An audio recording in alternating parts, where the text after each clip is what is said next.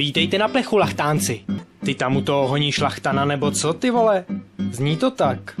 To je problém většiny lachtanů. Zkus více sportovat a zápach by měl zmizet. Jo, šestku tu mám rád. Vy jste fakt lachtani, hoši. Tak seš lachtan už od poslechu. A moje Kláda má 23 cm, ale pořád ji ohryzává nějaký bobr.